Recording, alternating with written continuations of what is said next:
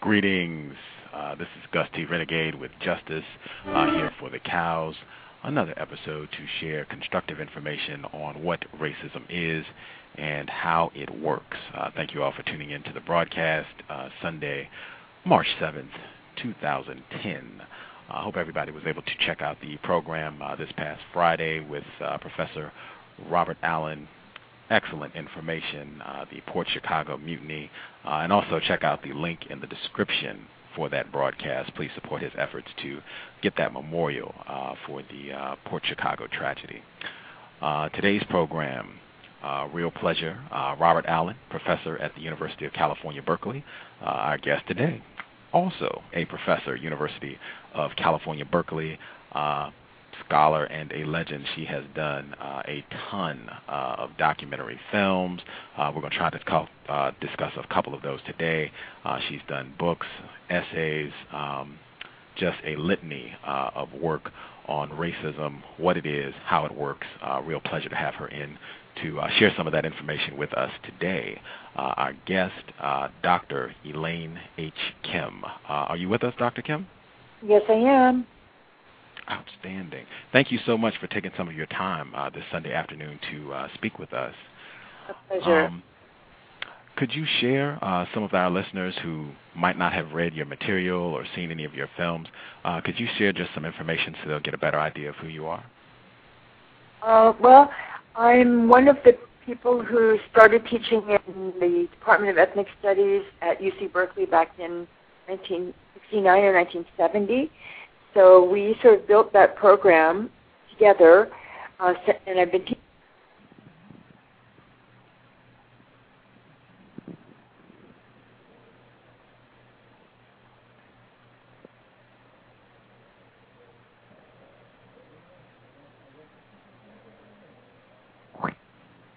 Hello?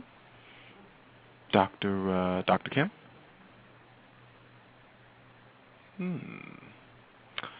A little strange. I hope we did not lose her. Let me double check and make sure she's still connected. Make sure I did not get lost. Hang on 1 second.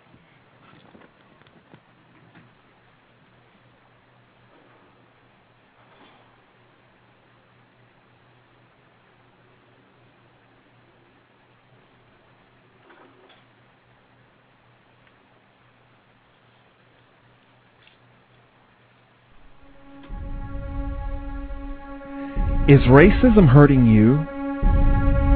On issues of race, are you unable to speak, think, and act with clarity and confidence? Are you tired of laughing when nothing is funny, smiling when you are not happy, agreeing when you really disagree?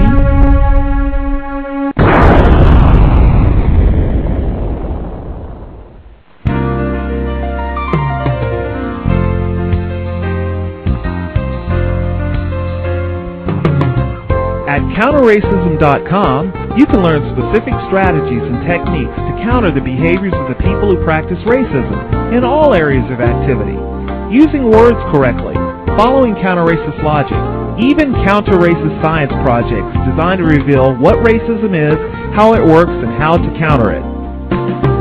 The open source code writing format allows you to pick and choose from a variety of counter-racist suggestions so you can produce the code that works for you.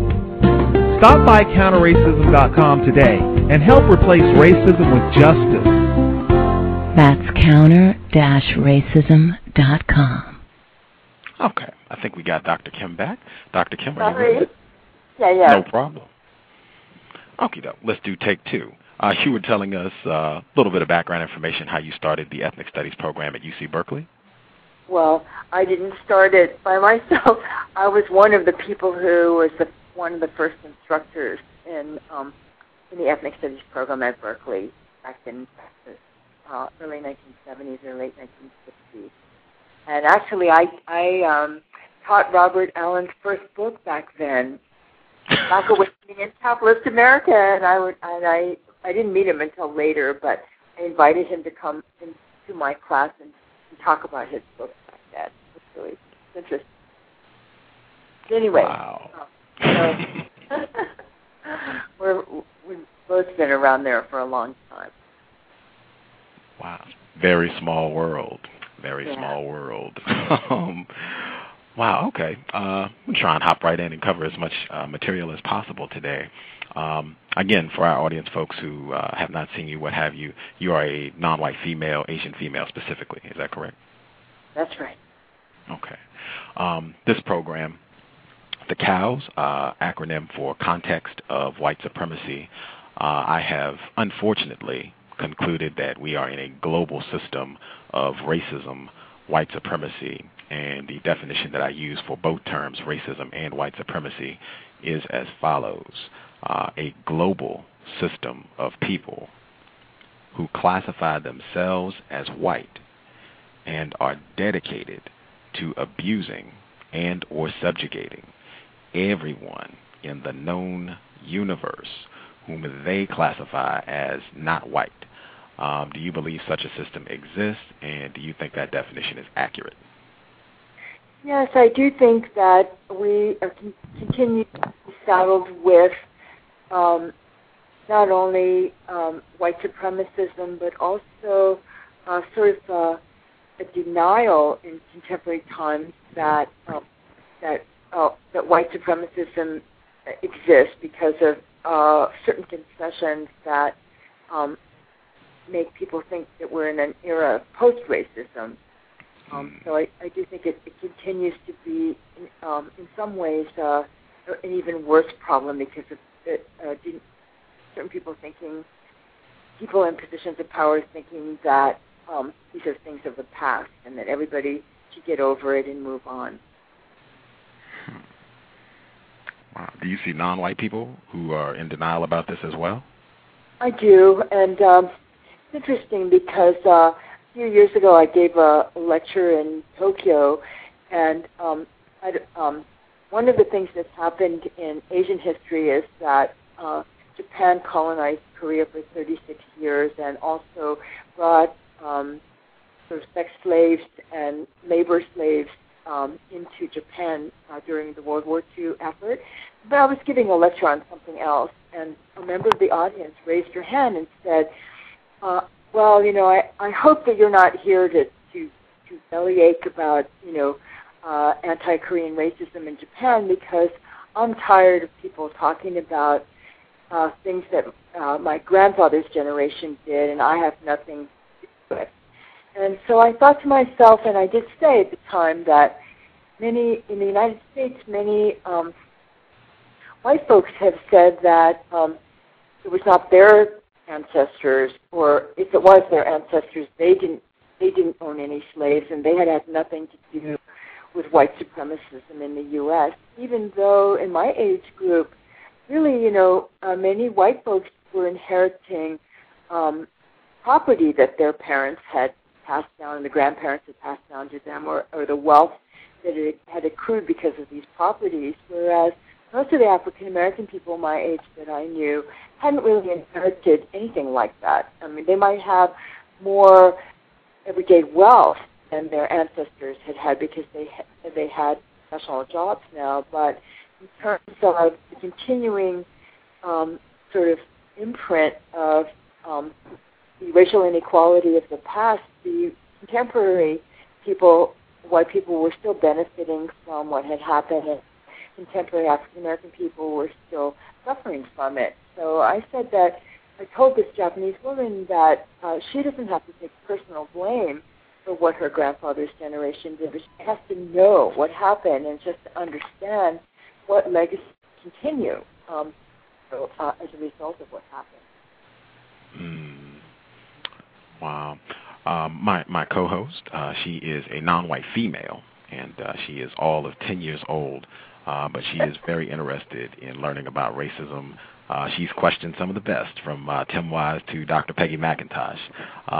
She's in to ask a few questions as well. Justice, if you're there, go right ahead. 10 years old? How great. Please ask away or talk away. Okie dokie.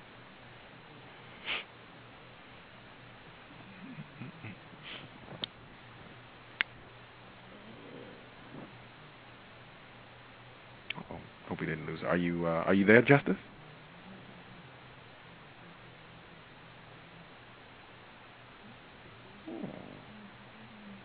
might have missed out. How long have you been having this program? It has. We just had our 1-year anniversary 2 weeks ago. It's been about 100 programs. Justice has been with us for a little over half. Wow. Great addition. Great to have a youthful audience and youthful participants and co-producers. It's always nice to have help, and she has been a big hand.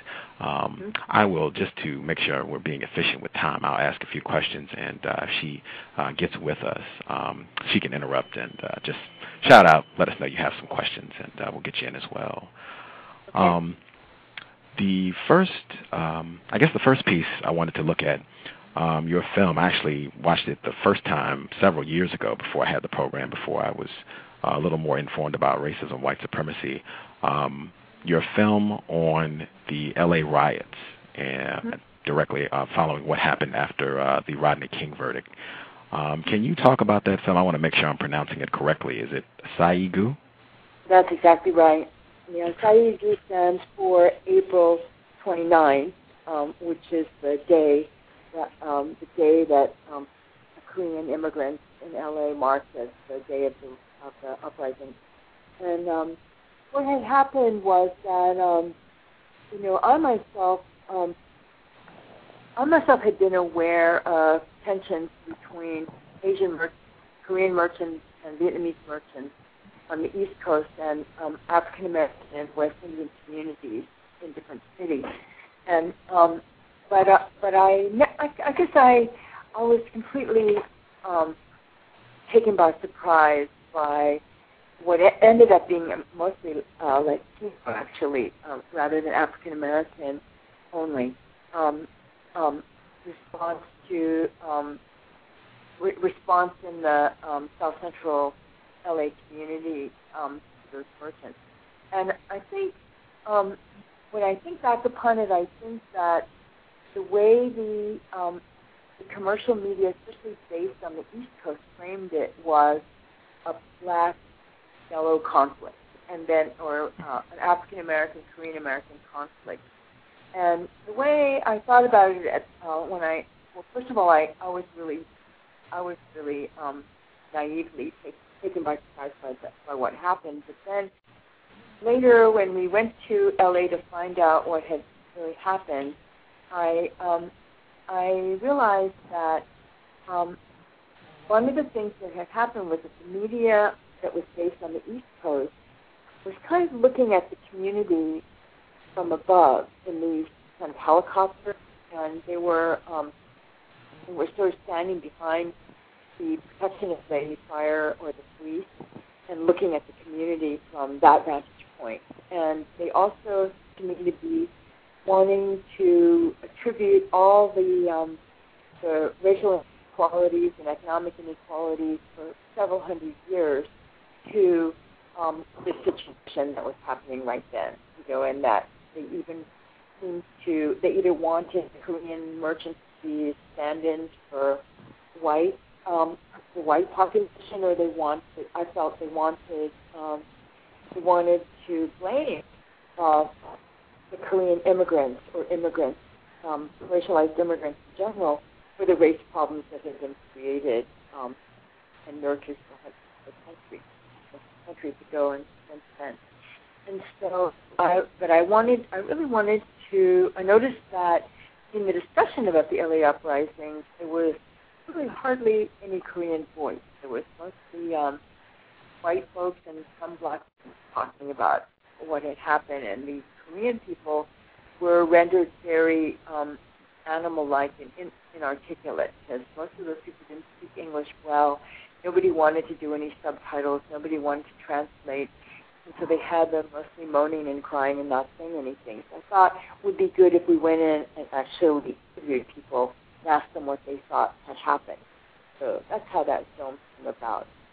Many of the people that we talked to really thought that it was a question of inequality, and that they had been caught in something much larger than them. So I thought they, although they didn't know a whole hell of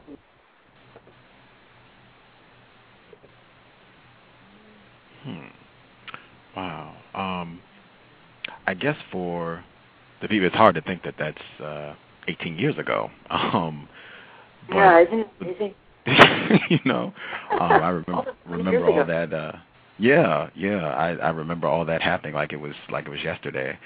I guess for people who either are listening and weren't born when all of that happened or too young to remember, before the Rodney King verdict, can you talk about, I guess, the impact that the death and the verdict in the case of Latasha Harlins, how that impacted what happened following the Rodney King verdict? Yeah, there was a Korean store owner named Sunja-do who accused an honor student teenager named Latasha Harlins of stealing a little bottle of orange juice. And Latasha Harlins, she probably pushed Latasha Harlins, but Latasha Harlins slugged her and she shot her in the back. She was walking away and she shot her in the back of the head. And then it was recorded on a store videotape. And around the same time, there was a story in the newspaper about a Korean immigrant guy who's thrown his dog off the balcony a couple of floors up and then jumped on it. And they arrested this guy. They arrested this guy and put him in jail for hurting his dog. But they didn't. The white judge actually, who heard the Sunja-do situation, let her off on probation or something. Anyway, she didn't get any prison time. She didn't get much happening to her at all for the death of that young African American human being. And so it was, to me, it was a kind of an example in the community's minds, the people of the community's minds, about the lack of valuation of black life. And at the same time, Rodney King, a video showing Rodney King being totally brutalized and beaten by the police for a long time kept showing up over and over again on the news, and then those guys who did that, those police who did that, got acquitted by a jury in a sort of suburban community outside of South Central, outside of L.A., where they had moved it because they thought that the cops couldn't get a fair trial in L.A. But what happened was that ABC in particular kept showing those two video clips together, beating of Rodney King and the shooting of Latasha Harlins together, talking about racial conflict in L.A. And I think that although there is a connection between them in the devaluation of black life, connection of it was reinforced over and over again in such a way that people in the community got mad at Koreans and thought that Sunja-do represented Korean people's contempt for the African American community and also general society's evaluation of black life.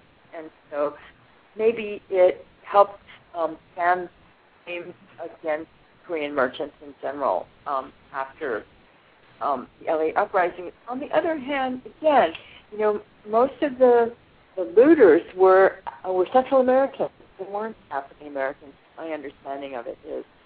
But there's kind of like an image in the American public's mind of African Americans looting, not just because of Watts, but because of the general criminalization at the time of African Americans anyway. Like, I was kind of struck after Hurricane Katrina that even though we've been used to seeing movies with Denzel Washington and Will Smith and Morgan Freeman, et cetera, as President of the United States, or even God, defending the nation against and whatever, even though we had those images constantly placed in front of us in the movies, when Hurricane Katrina happened, it didn't take but 1 second to revert for the U.S. news media to revert right back to the old representations of African Americans as criminals. So even if people were standing up, waving, and trying to shoot a gun off, hoping to get some attention because they were like floating in the flood, that people said they were snipers shooting at the helicopters to help them, or they were raping babies in the sports zone, and all these things that turned out later not to be true. It sort of indicated that the deep and sedimented sort of view of African Americans as criminal and uncivilized and all of that is always simmering underneath the surface, and all you have to do is strip the little cover off, and they pop right back out again, no matter what. So the fact that the people who destroyed those Korean stores were mostly not African Americans, even though there were African Americans, and the fact that that they didn't only, target Korean stores, although those are the majority of them, and the fact, that it just doesn't matter. It's almost as though the moment something happens, everyone in the news media and the media can't help but revert back to the same old story, because that's what they deeply thought underneath anyway. So to me, that was kind of what happened at the time, and we're still bereft of information besides what the commercial news media give us, that we have to really dig deeper to find out what else is going on. Otherwise, we'll never find out. Wow. I hope people who are being a little more critical, same pattern playing out in Haiti right now. I know I've seen. Oh, I'm sorry? Absolutely. I mean, you notice when there was a genocide, when there's genocide taking place in Rwanda or the Congo, compared to what was going on in Kosovo, there were actually reporters, I remember reporters going in, CNN reporters going in to Kosovo and saying, these should be our children, But they couldn't do that. They didn't have that sort of attitude in African countries. And likewise, me, I could have a chip on my shoulder or whatever. There seems to be a lot more affinity and empathy for Chile than there was for Haiti. Although there were people who did a lot for Haiti, there are many people, and it's not only their fault, because people don't know the history of Haiti and don't know that part of the reason that Haiti ended up being so poor is that the Western European countries and the U.S. As slaveholding countries didn't want Haiti to be an example of a successful slave revolt. So they really did their best to kind of strangle Haiti so that it wouldn't, become an independently wealthy country, and they helped keep it impoverished. But instead of that, there's this sort of image of Haiti as a country of incompetent people who just they don't have an infrastructure, they have a corrupt rulers, and that's why they're so poor. So it's very decontextualized, and it's kind of a very good example of white supremacist history being taught. That we don't really get at the root history of how things came about the way they have. And so now I do feel that the coverage of Chile is qualitatively different from the coverage of Haiti. Yeah, I agree wholeheartedly. I know just the looting, especially, I've seen all of the same images from Hurricane Katrina played all over again, really. It looks like the same footage in some instances with the way they have reported about Haiti, and just the general lack of value for black life. When I also, I'm sorry. Oh, I thought you were going to say something. When I was checking out the video, I was able to get the study guide as well, and I was reading the report that you did titled "The Fire This Time," also dealing with the riots. And you talked about Korean Americans being a buffer between black people and white people in Los Angeles. Can you explain what you meant when you used that term?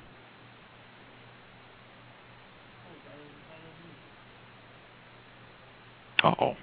Did we lose her again? Yikes. I think we might have lost her again. Let me check the switchboard. Sorry about that. Context of white supremacy. It apparently might be her signal, but we'll see if we can hopefully get her back on the line to continue the discussion. Thank you all for supporting Context of White Supremacy, Gus T Renegade, and Justice. I will check the switchboard and be right back.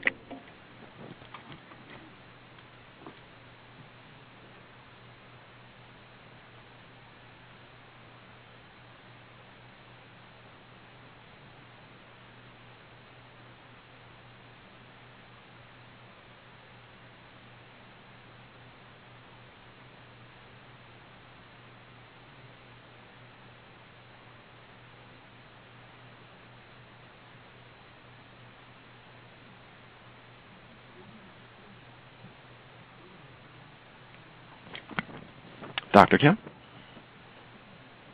She's still showing on the switchboard, but, very interesting, very interesting. I will wait a second and see if we can work it out.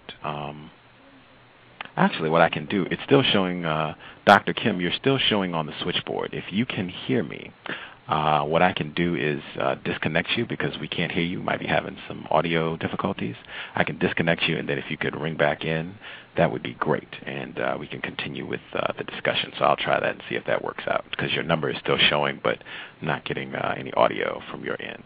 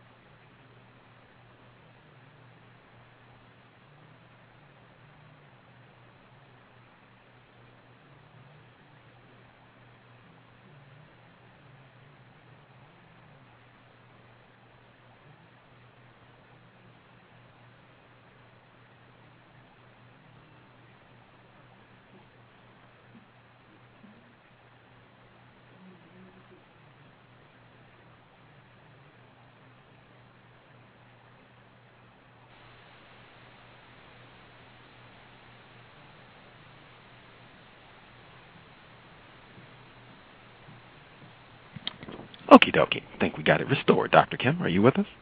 Yes, I am. Outstanding. Whew, making us work hard today. Okie dokie. Back with the LA riots. As I was saying, I read, in addition to the video, I read the piece that you did, The Fire This Time, homage to James Baldwin. And you talked about a buffer zone. And you were using that to reference the position of Korean Americans in relation to the black people in L.A. and white people. Can you kind of explain that a little bit for our listeners?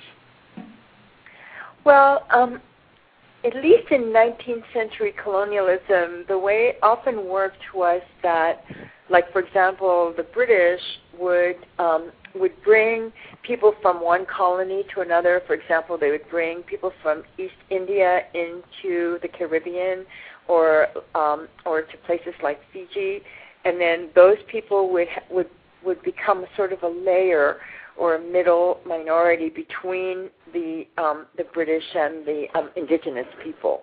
Or in the case of Trinidad, for example, well, it's a little bit different in Trinidad, but you know, there would be a sort of a colonial rule, and then there would be two different groups of color occupying, you know, maybe the former slaves and then people brought in from India to be policed or something like that.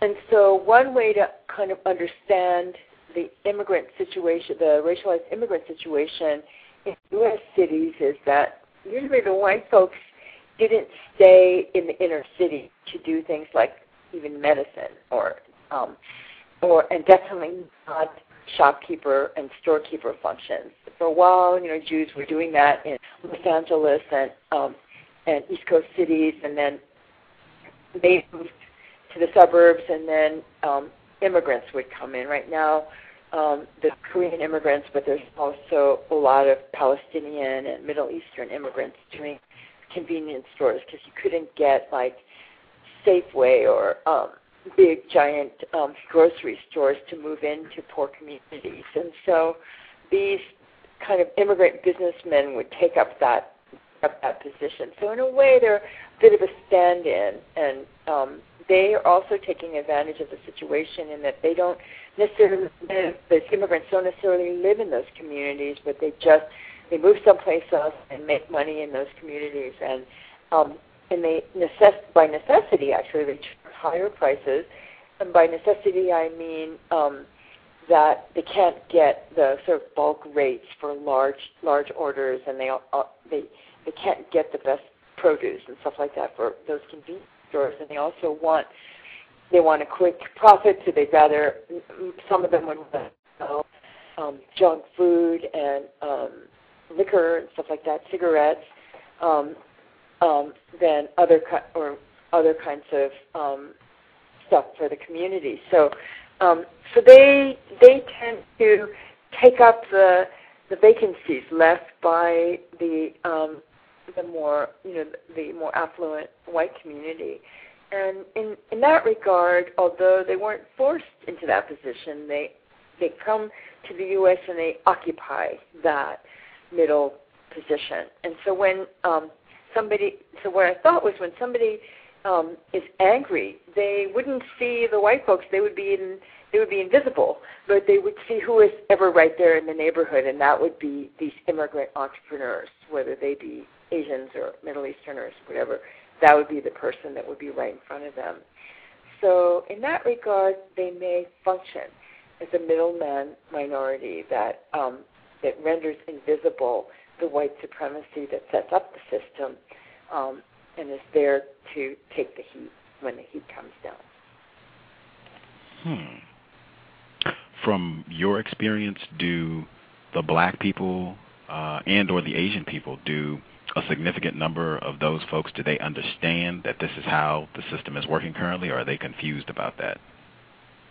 I think they're confused about it. I think there are many anti-black racists among the immigrant groups, including the Asian groups, and some of that we can blame on the, like for example, if you take the case of Korea wouldn't, or Okinawa or Korea, that would not necessarily be a place where anti-black racism would be strong. But when the U.S. military set itself up in Korea, that time black and white military men were segregated.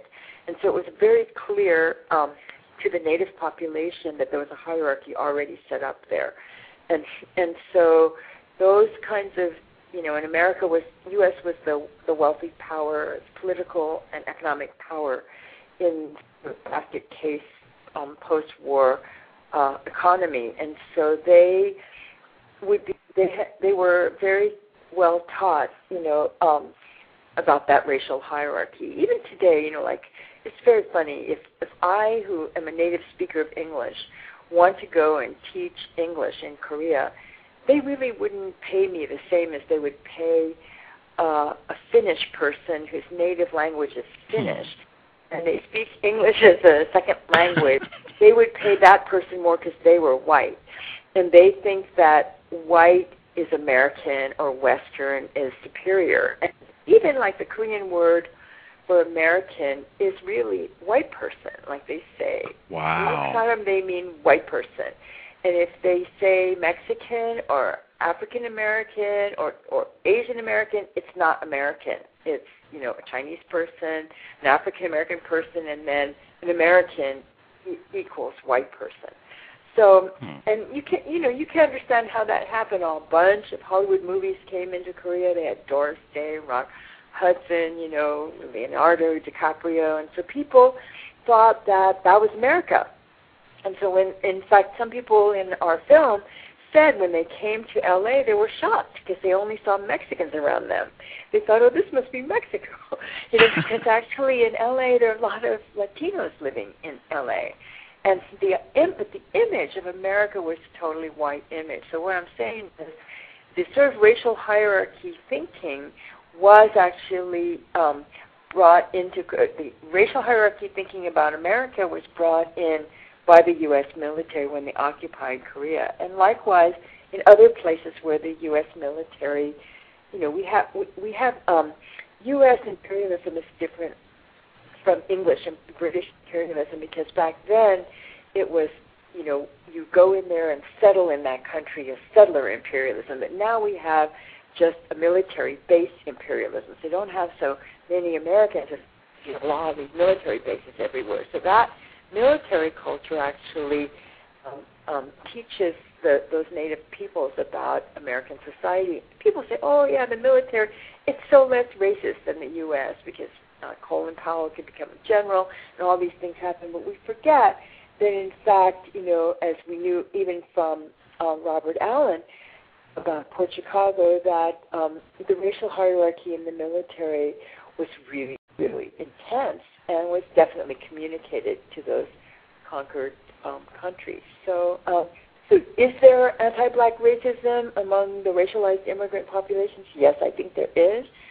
And is there anti-Asian sentiment among African Americans? I'm sure there is, and I'm sure that some sort of, like, the general American view of Asians, no matter how many generations they've been living in the United States, is that we're foreign, that we can never be American, that we're about to get on the ship, how come you speak such good English, when you're going back to your country, and so on. I think nobody can avoid that mainstream view, including African Americans, and I'm sure there are many African Americans who share that mainstream view, and I know that there are many African Americans who tend to orientalize Asian women, for example, from the U.S. military experience in these Asian countries. There's no way that these attitudes don't spread to the people of color, too. They do. That does not mean that everybody's like that, but that it is kind of another problem. Again, our guest for today's program, University of California Berkeley, Professor Dr. Elaine Kim. I found that very interesting, particularly your comments on how the military structure can help transport racism, white supremacy to different areas.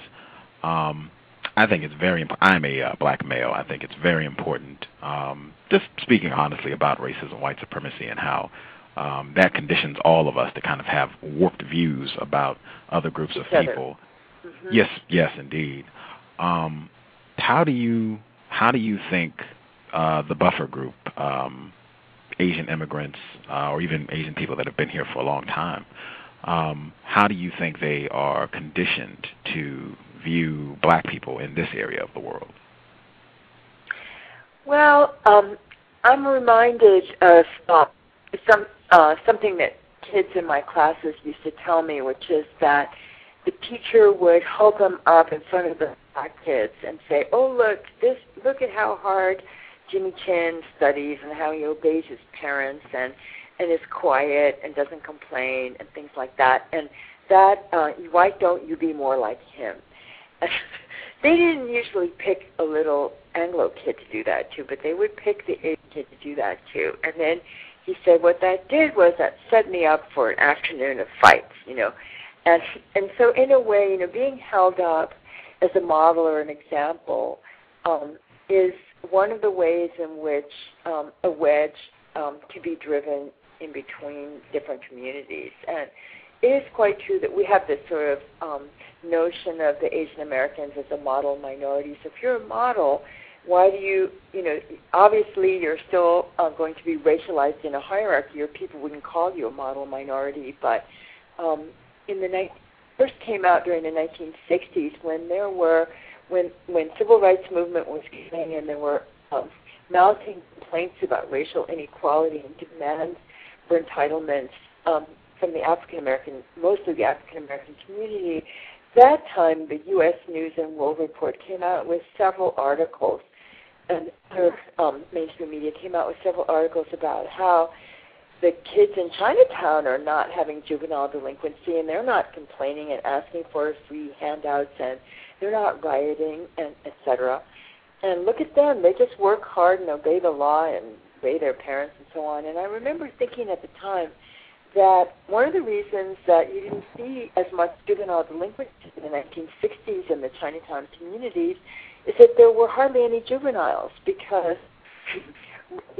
immigration had been restricted in 1924, and no more Chinese people or people born in China immigrate into the United States for about 20 years. And so they didn't really get so they have these old guys who were left over from labor immigration, and they couldn't bring over wives, they couldn't get married because of anti-miscegenation policies, and so they didn't have any kids. They didn't have any kids here, so the actual proportion of young juveniles was so small that but nobody said that in the article. That one of the reasons the juveniles were so quiet is that there were hardly any juveniles, for one thing. And then another thing that happened was that a lot of people who were undocumented or who were feared, because during the McCarthy era, after China had experienced the Communist Revolution, there was a lot of red baiting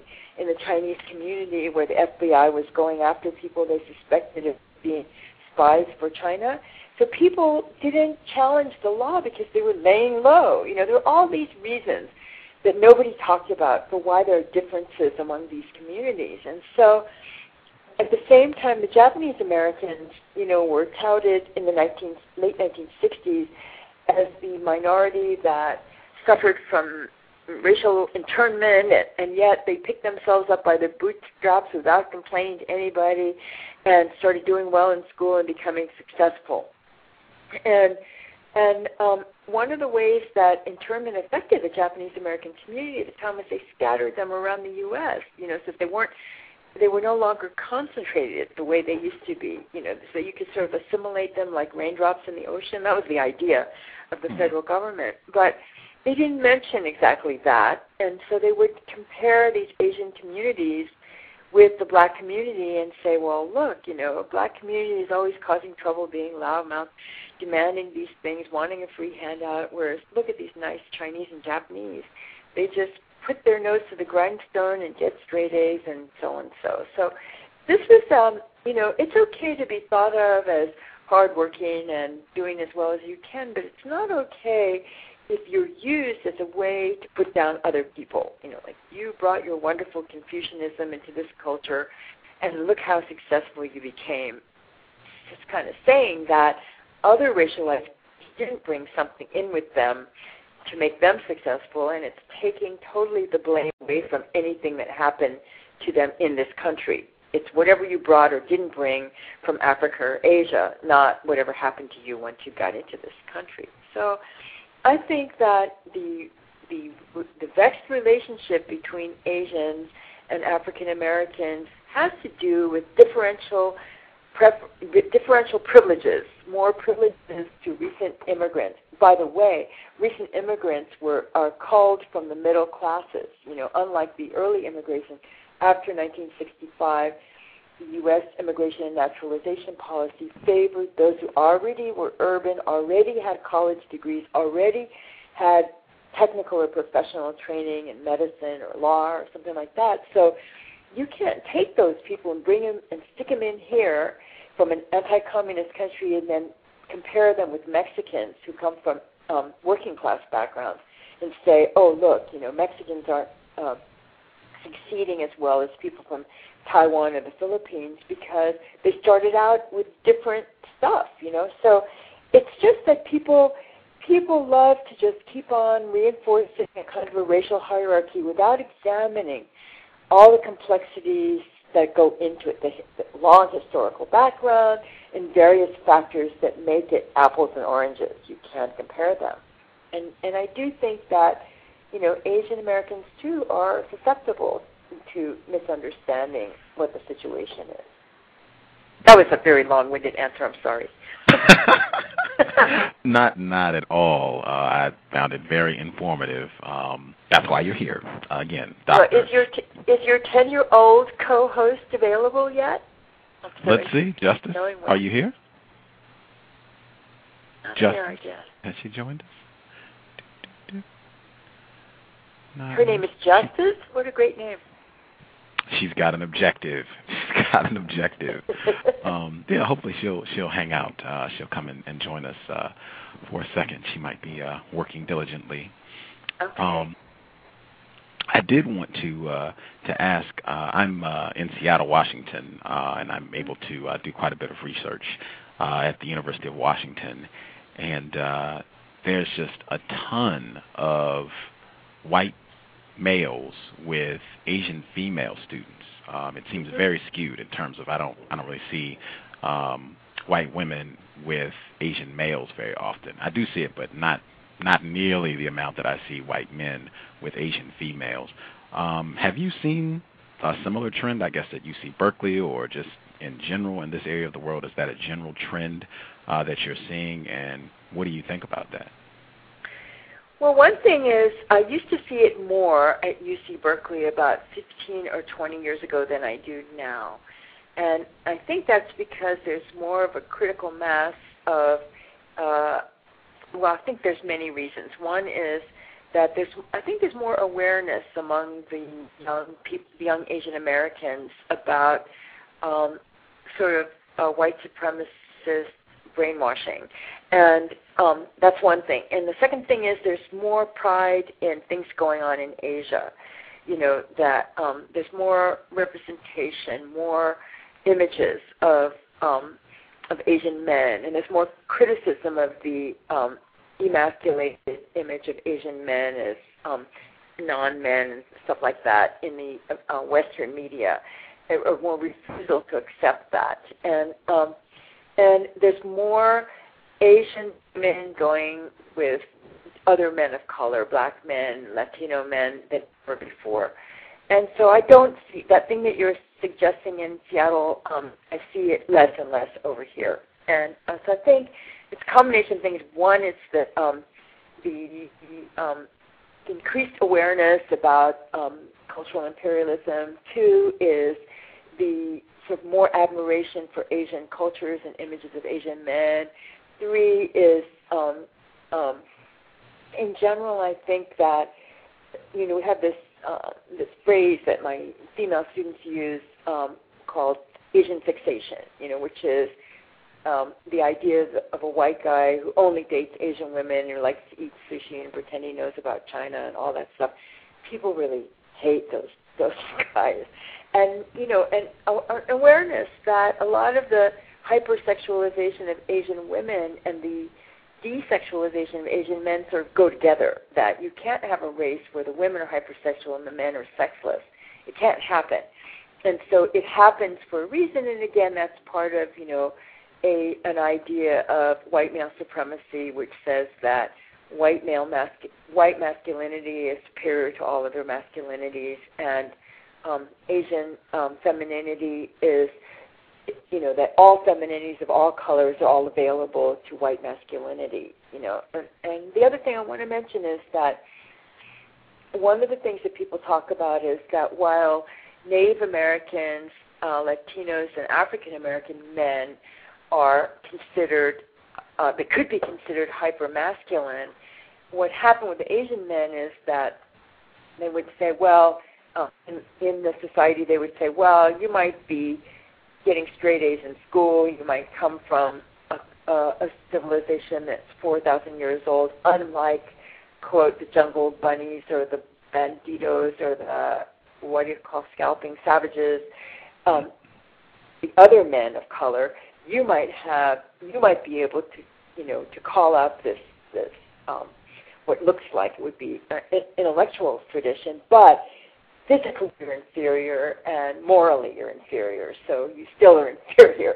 And so it's a very interesting, you know, convoluted way of trying to reassert, you know, a kind of racial hierarchy in gender and sex, you know. So I would say people are more and more aware of that and refuse to go along with that program.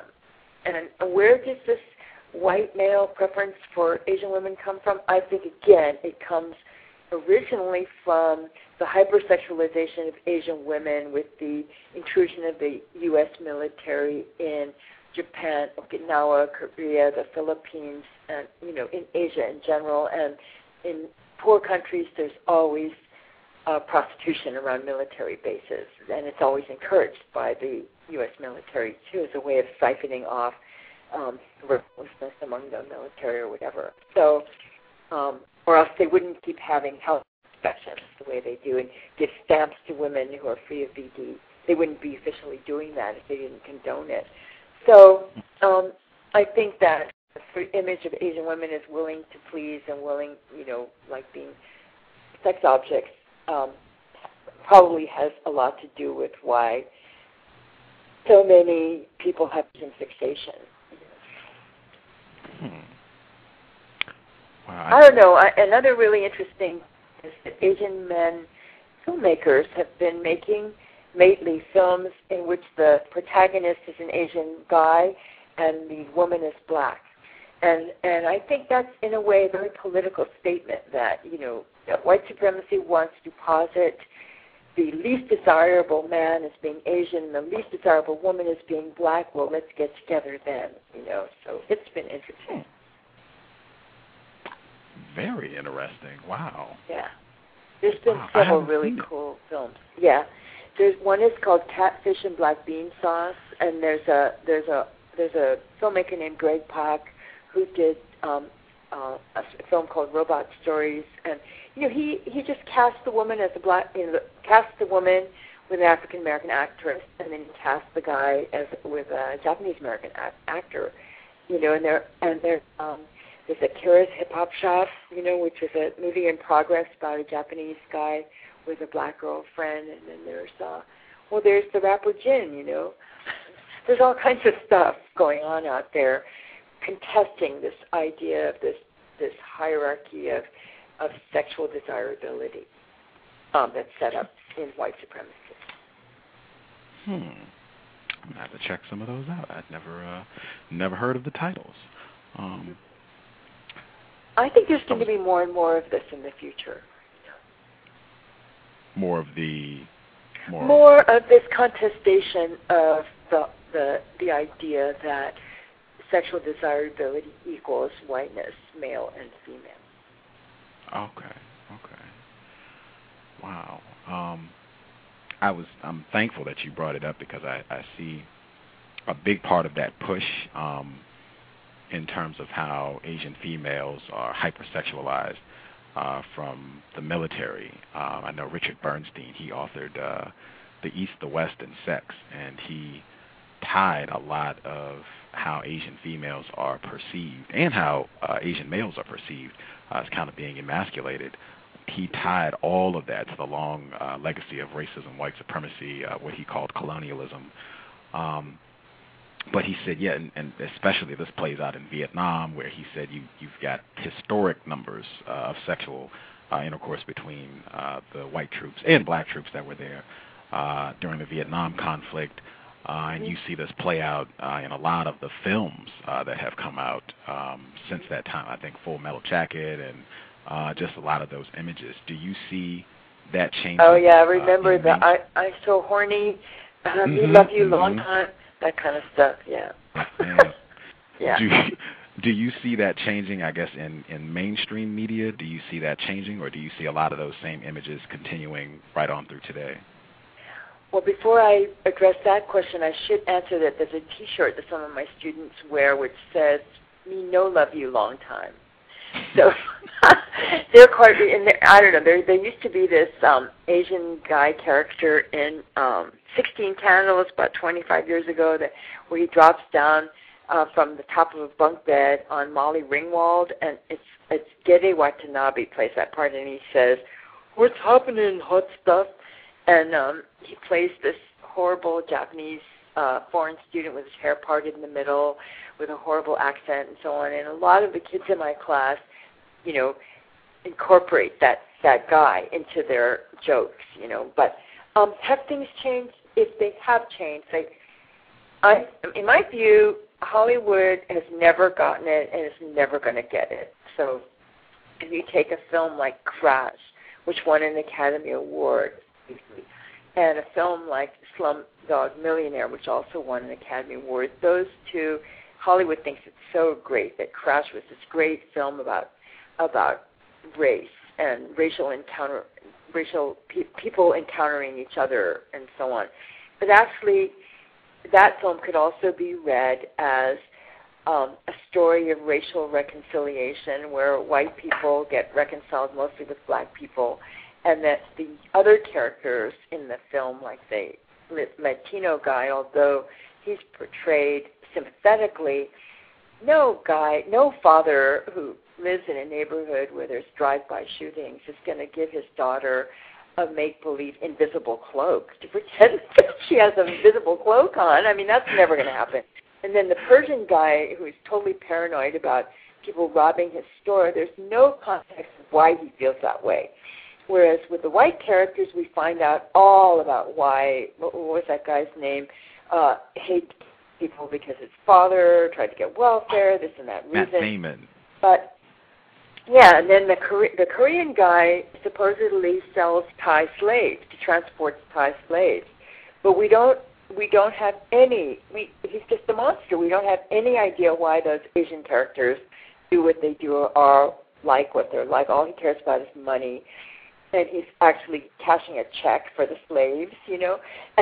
And then we know that Thai slaves in L.A., they were like contracted to sew for Gap or Banana Republic or something. We don't hear about that. And then when Ludacris frees those Thai slaves, they're staring into the video store, all full of wonder about America and its wealth. But anybody who knows Thailand realizes that Thailand is more wired than the United States. They don't think that TVs are very they know all about the internet, and stuff like that. So it's totally stupid, in terms of Asians. And then Slumdog Millionaire, it's a takeoff on Bollywood films, which have been around for decades.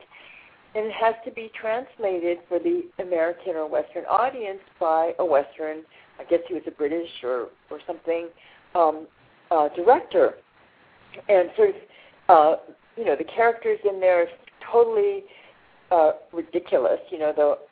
The South Asian woman is just completely docile, sort of passed around by the guys, no soul of her own. And so in a way, these films winning an Academy Award tells us that things haven't really changed much. Or like The Black Princess and The Princess and the Frog, I bet my students that when that, since they had so much trouble coming up with The Black Princess after all these years, because we know Disney was a stone racist. Anyway, although he's dead, that I bet that she would spend most of the movie as a frog. And although I haven't seen the movie, that's what I heard happen, that early on in the movie she kisses the frog, that she becomes a frog, and she doesn't become a black woman again until really towards the end of the film. So in a way, we can say, oh yes, there are many different colors of Barbie dolls. There are many different Disney princesses, brown, black, and yellow. But they have the same face and the same voice. And they're really just another way of trying to market, to girls of all different colors. And so I would say that as long as the image is not a challenge to white supremacy, it's not threatening, not self-determined, then diversity is great. You can have whatever color you want and bring in, Bollywood, bring in, different characters from different communities of color and have them play those stupid roles. As far as Asian women are concerned, we get Mission Impossible 3 with the same Mata Hari figure. We get that Adam Sandler movie with all the Asian women coming in wearing bikinis and bending over and all of that.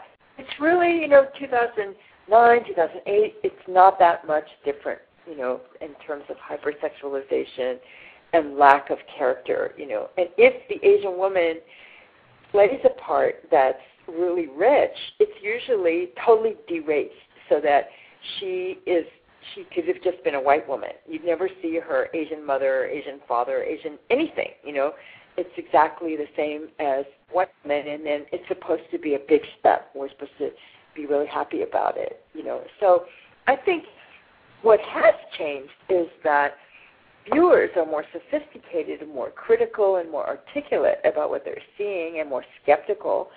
And also there are more venues now, so you don't have, Gran Torino could be in the theater with Clint Eastwood, saving all the Hmong people from each other or whatever, but, and redeeming the white race for their racism.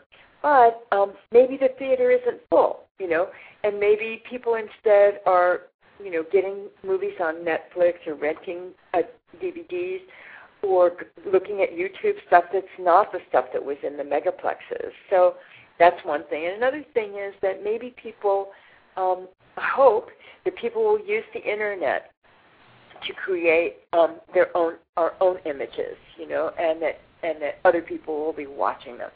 I don't have a whole boatload of hope for this, but I think that since there are some kinds of alternative avenues for expression and also for critical response, that there's always hope that people will not have to just be held hostage by Hollywood's inability to change the channel. Wow. I definitely wanted to make sure I brought up. Sorry. Oh, you're fine. Actually, I want to check to make sure Justice is not with us. Justice, did you join us? Make sure. Okay, he's not with us. A colleague, former colleague at the University of California Berkeley, Ronald Takaki, scholar, activist, ton of important work dealing with racism. He talked pretty openly about having married a white female and a lot of the racism that he encountered from her family, and just that made things really tough on him, and just dealing with that struggle honestly. Did you also married a white person? Oh boy, a long time ago in the mid-1960s, but I wasn't married very long. I was only married for 4 or 5 years, but I haven't been married since then. Oh. But I have to say that one interesting thing about being close to a white person in this way is that the other thing that you get close to is that the white person is often not very far from a stone racist. It could be their uncle, it could be their friend. And so they sort of live in proximity. And one thing that happened to me since then is that I don't actually have those kinds of associations anymore, which, I read this really great article lately called Self-Segregation. It was written by an African-American professor at Johns Hopkins. And you should get him on your program, actually. He's talking about why he hangs around black people. And he said, first of all, he can relax, and he can just be himself. Whereas he had an incident in which he went to some event and someone insulted him, and he tried to challenge them, and they started calling the police, And this woman said, "Oh, he scared me," and then whoever else was at the event said, he tried to say, "Well, I'm a faculty member. Here's my ID," and then the official person there said, "We're calling the police," And before he knew it, the police had come, and there were a couple of black police, and they understood what had happened. But he had a lot of trouble, and he described, what happened there at Johns Hopkins. And then he said, people, sometimes accuse me of self-segregation because I really like to hang around other black people. But part of the reason for this is that it's so comfortable, give me a break. Those white people who hang around white people, they can relax. What's wrong with me hanging around other black people so I can relax? And I think that this is true to a great extent with some other racialized groups as well. Like this whole thing about Asian fixation or people thinking that you're a foreigner or people thinking you're a sex object, that would be less likely to happen if you self-segregate. And so there is a reason why people find, a great comfort, and there should be nothing, it should not be construed as racism to hang around with people who, like hanging around with people who are very close to stone racists and stuff is really very stressful. It's very stressful. I went to a neighborhood where I just moved in, and this lady came over from next door to have coffee, and she was telling me that the dogs and cats had disappeared in the neighborhood because after the refugees immigrated, they were like capturing the dogs and cats to eat them. But actually, I couldn't imagine. First of all, they would have had to get there by bus, and then would have had to capture the dogs and cats and carry them back by bus.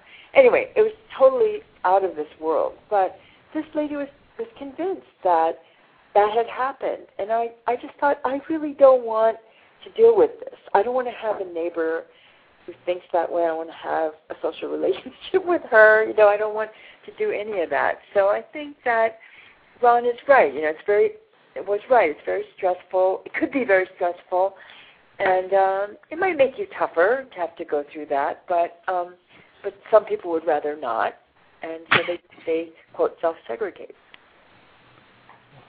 I guess number one, who is the author of this piece from Johns Hopkins? Johns Hopkins. Hold on, his first name was Lester. Hold on, let me see if I can find him on this. Because I actually, we got on each other's Facebook page. Let me see if I can. Because Facebook, I wrote to it after I saw his article. I thought, that's a great article. You know, I like that. And then now let's see.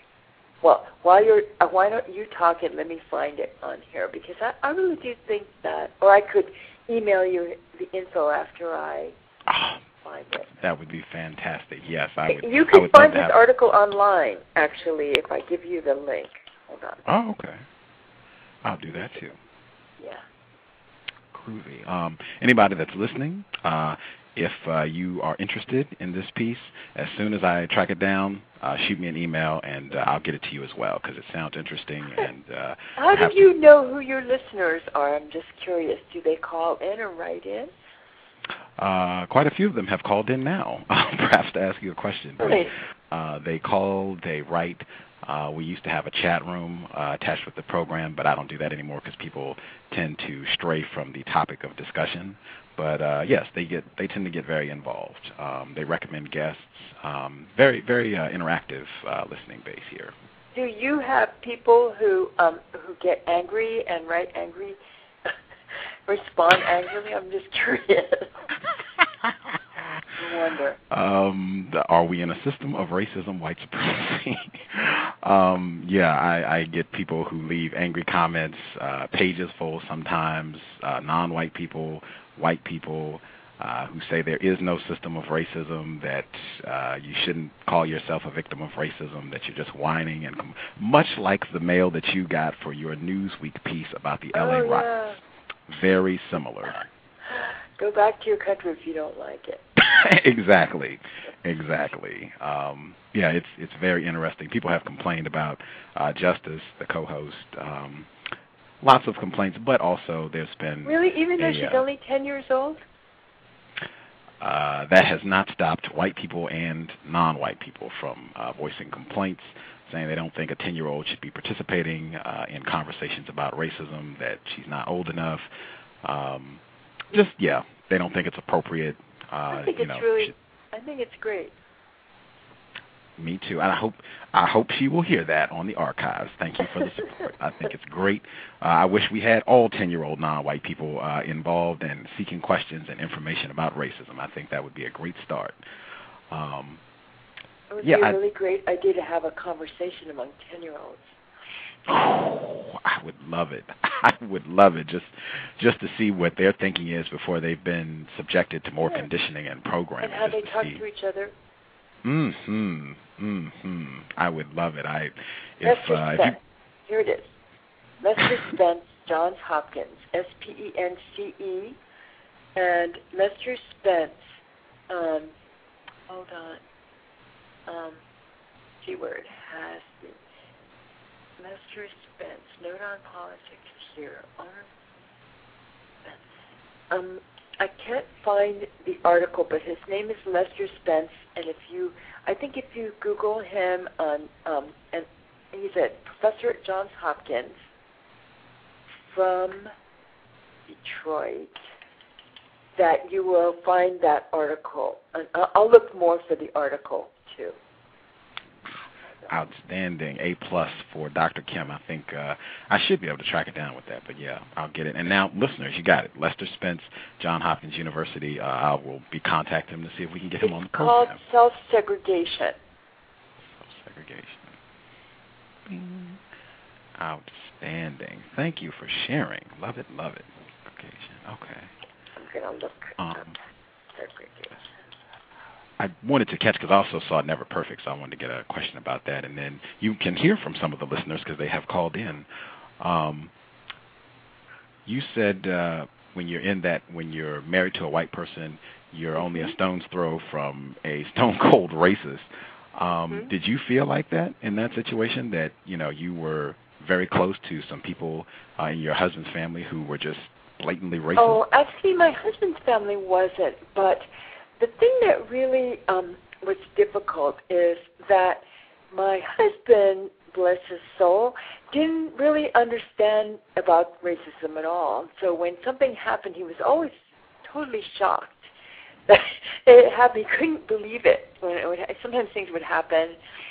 Like one time, he and my Chinese American girlfriend and I were walking down the street, and somebody, made a racial gesture at us, which is nothing. Happens all the time. And he just couldn't get over it. He kept talking about it all day long.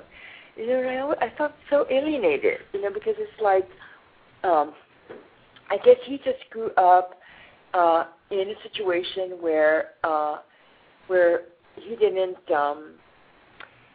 he never had to deal with that sort of thing. So it wasn't really that he himself or his family objected or was anti, like people of color exactly, but they were very sheltered, I think, from things that happen, things that could happen to other people on an everyday basis. That was very alienating, I think. Hold on, I just found it's another page on, but okay. He seems like he wrote so many articles that you can look up all his articles. For every month, he's written many articles. So he might be a person who'd be really interesting to interview. I'm on it. That's next project as soon as the program's over. That's just got asked to write a piece on self. It's in the Urbanite. He said it's in the Urbanite. There's an online journal called the Urbanite. So if you look it up and look up self-segregation, you will see that article where he describes what happened to him. And it was recently, like a few months ago. Again, University of California Berkeley, Dr. Elaine H. Kim. I did want to get this before I check the phone lines to see if folks had some questions before our time is up.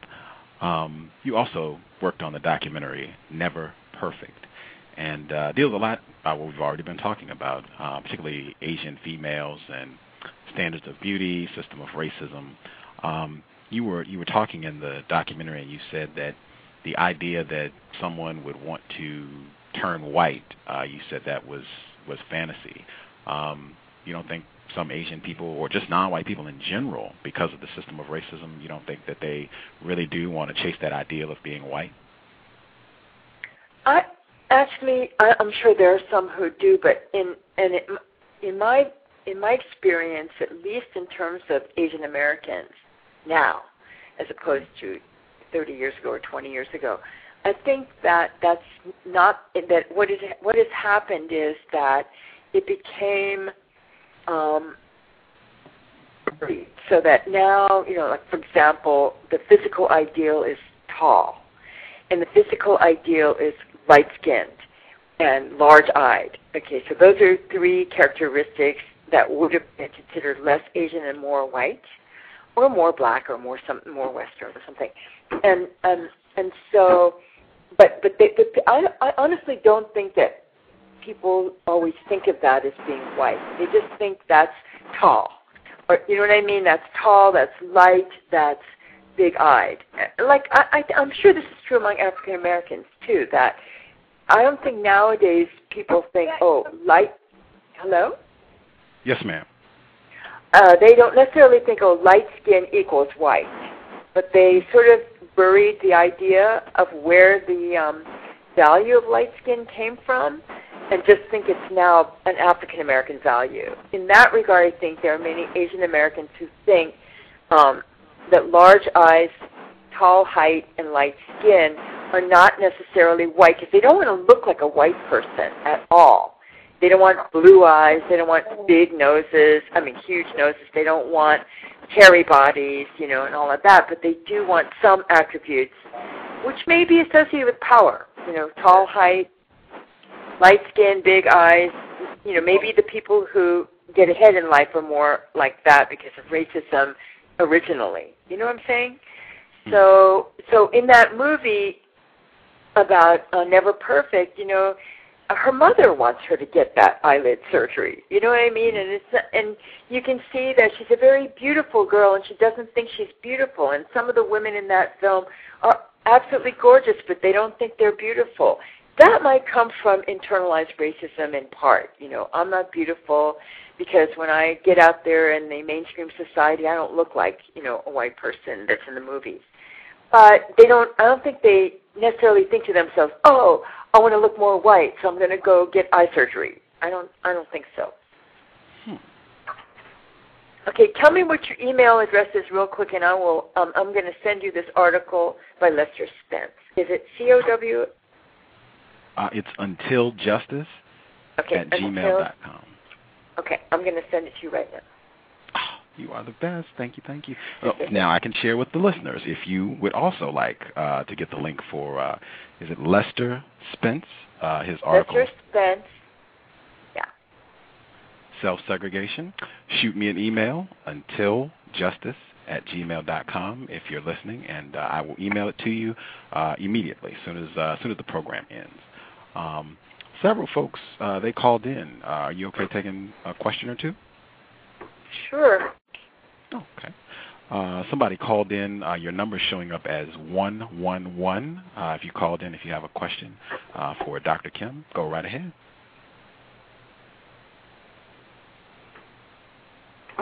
Hello? Yes, we can hear you. Do you have a question for Dr. Kim? Well, I don't know if I should ask her that because it really was on her topic. But can I? This is about the Asian Americans. Asian American women are most likely. Asian. Okay, I have a question about suicide, and it has to do with Asian American women. And I know she's just not in that field, but I just wanted to ask her a question. Is that okay? Sure. Okay. I've read this article. It said Asian American women are more likely than any other group to contemplate suicide, and this likelihood increases the longer they live in the U.S. And it said roughly 60% of U.S.-born Asian women have contemplated suicide in their lifetime. Okay, my question was that they didn't know why, but then they say they found immigrants' health weakens as they adopt American behaviors that are less healthy than those in their homeland. I'm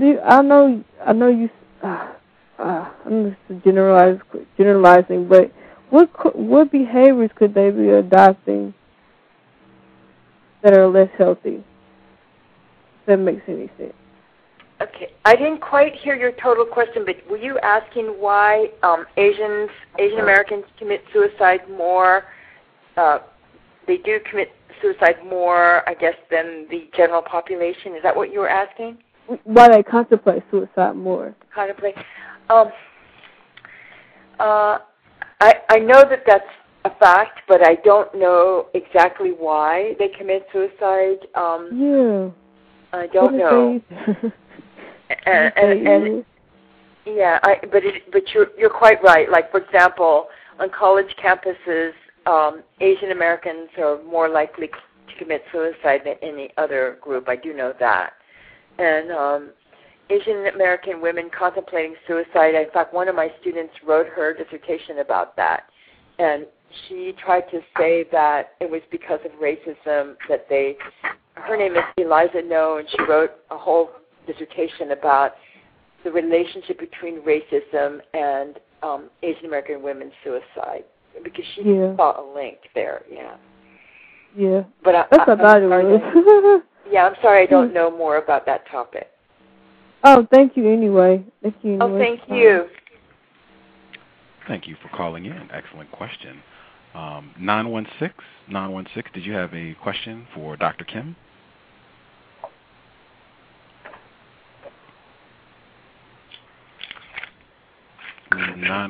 Are you there? Just listening, Gus.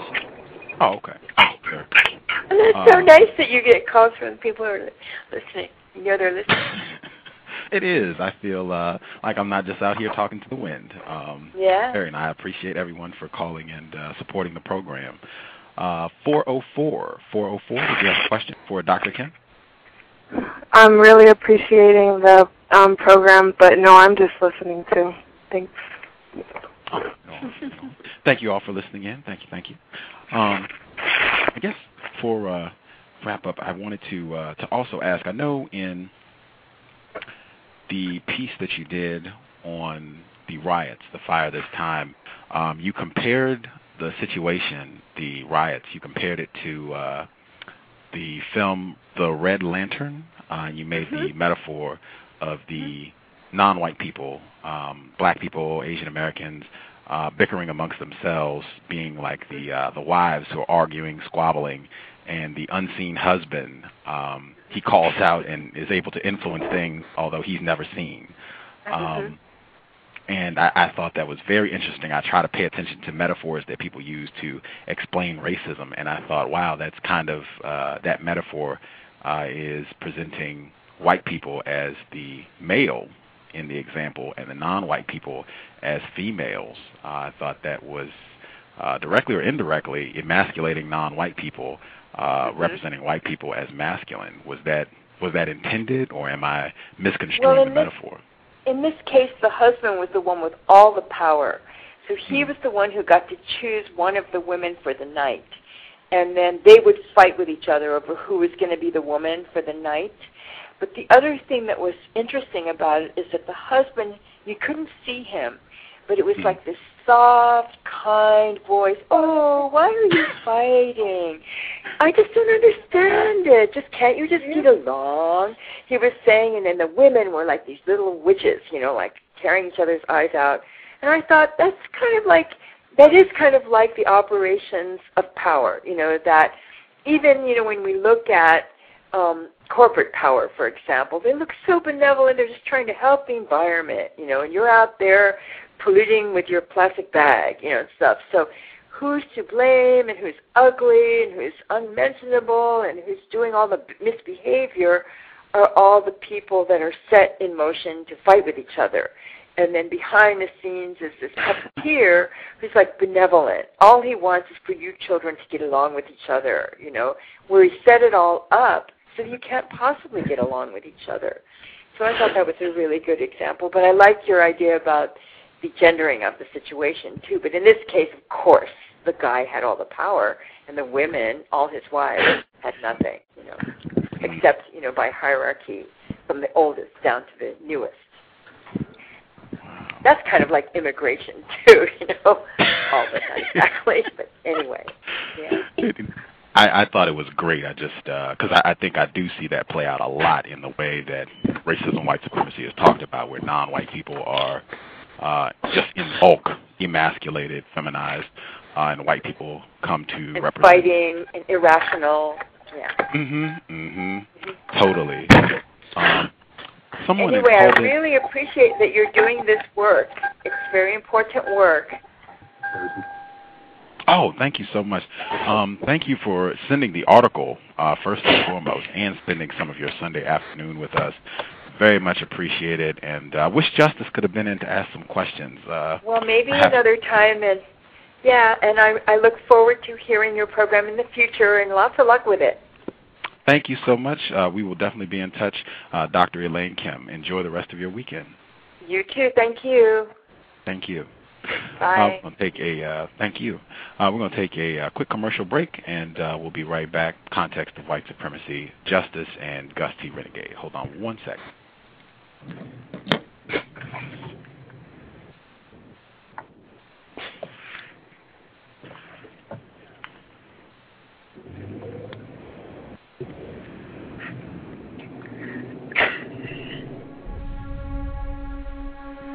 Is racism hurting you? On issues of race, are you unable to speak, think, and act with clarity and confidence? Are you tired of laughing when nothing is funny, smiling when you are not happy, agreeing when you really disagree?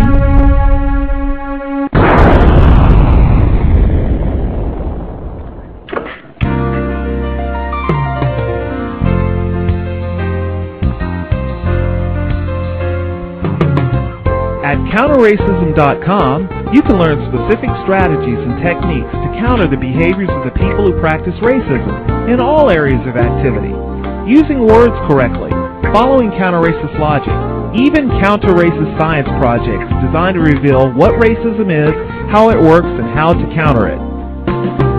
The open source code writing format allows you to pick and choose from a variety of counter-racist suggestions so you can produce the code that works for you. Stop by counterracism.com today and help replace racism with justice. That's counter-racism.com. Context of white supremacy, renegade, and justice. I don't have my computer today. Anybody that called in, I opened the lines up so that people could share their view, but you are going to need to hold the volume down. If you called into the program, please mute your phone. If you are always in a situation or on speakerphone, if not, I'm going to have to go back and close the mics out. Anybody who called in, your mic is on. Please mute yourself if you are on speakerphone or if you're in a noisy environment. If not, I'll have to go back and mute phone lines. Thank you. Thank you, thank you, thank you. Very much appreciated. Gus T Renegade, still without a MacBook Pro or a phone. Very cumbersome circumstances today, but still able to pull off a program that I think might have had some constructive information. I did not, because I didn't have my computer directly in front of me today, I was not able to do my cowbell thing. We would have had at least 5, I think. At least 5 cowbells. And she married a white person, thought that was interesting. Her own commentary, you're always pretty close to or she didn't say admitted racist, but she said a stone racist. That was her term. If you marry a white person. I thought that was very interesting, even though she said she didn't experience that directly from the white family members and folks that she married, but she said that's been her experience. Very interesting. Yeah, I wish I had my cowbell. That would have been interesting to see how many times it popped up during the program. At any rate, before I check in to see what the folks on the line, if they have anything to share, we will be back on Tuesday. Prime time, Tuesday, 6 p.m. Pacific, 9 p.m. Eastern, 8 p.m. Central. Dr. Ashante will be here. He is the author. He's written several books, but the one that we're going to be discussing on Tuesday, Psychotechnology of Brainwashing. His book is a pretty comprehensive analysis of how racism, white supremacy conditions non-white people to just praise and value whiteness and to devalue, ridicule anything that is deemed to be non-white, and how that retards the thought, speech, action, and evolution of non-white people. Very interesting. Again, the title of the book is Psychotechnology of Brainwashing. This is a recommendation from Dr. Harry Davidson. He was on the program last month. He talked about his book, Somebody's Trying to Kill You. Thought he had a lot of constructive things to share. He said, yes, System of White Supremacy definition is accurate, and he recommended Dr. Ashante, who is familiar with most of the folks who've been on the program. So I suspect the Tuesday program should be pretty constructive. Again, the time, it is 9 p.m. Eastern, 8 p.m. Central, and 6 p.m. Pacific. That's Tuesday, March 9th. Dr. Ashante should be constructive. We shall see. Justice, not in with us for today, but her email address, justice.asap@yahoo.com. One more time, justice.asap@yahoo.com. I'll make sure I plug Cree and Back of the Bus before I check in with the folks who called in. Cree's blog, cree7.wordpress.com. Once again, cree7 wordpress.com, and excuse me, please support her efforts here at Blog Talk Radio, counter-racist evolving engineer, excellent broadcast. Please support her work, and Back of the Bus as well. Please support his blog, nonwhitealliance.wordpress.com. Once again, nonwhitealliance.wordpress.com. I think there were 4 to 5 people who called in. If you're in an area that does not have a lot of noise and distortion, no speakerphone, please. If you would like to share your views on what you heard or anything racism related, feel free, hop in and share your thoughts.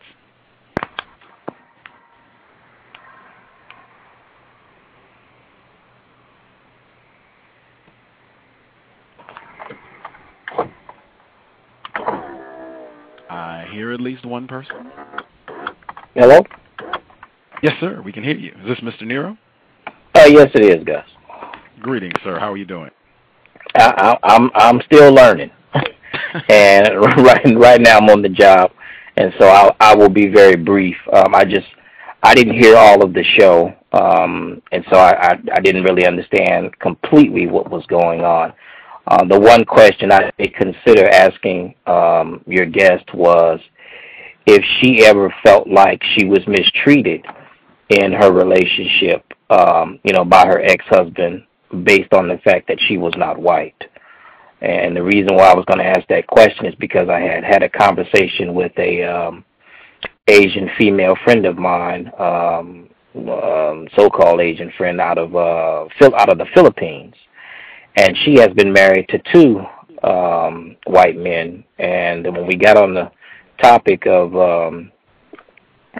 mistreatment, and I asked her if she felt like she'd ever been mistreated based on the fact that she wasn't white, and she said absolutely, and that she felt like that had a lot to do with why she divorced. And I said, really? And she said, well, yeah. I even told my ex-husband that you need to marry a white woman the next time around. And so that would have been my one question for her. But like I said, I hadn't listened long enough and really couldn't get an idea of whether or not that would have been an appropriate question for her. So, seeing that it's very personal in nature. So, she didn't really get too rattled about talking about being married to a white person. I suspect, I could be incorrect, but I suspect she should have probably answered that one. Okay. I'd have been curious about that myself. I don't know. I suspect that would have been interesting. She said they didn't stay married very long, so something happened to disrupt things. I don't know. Right. Well, yeah, but then she also said that she didn't feel like she experienced any racism directly from the family. So I was a little unsure, and so I said, well. I was a little unsure because, in spite of my friend's experiences with these, with these white men, she still continues to date them.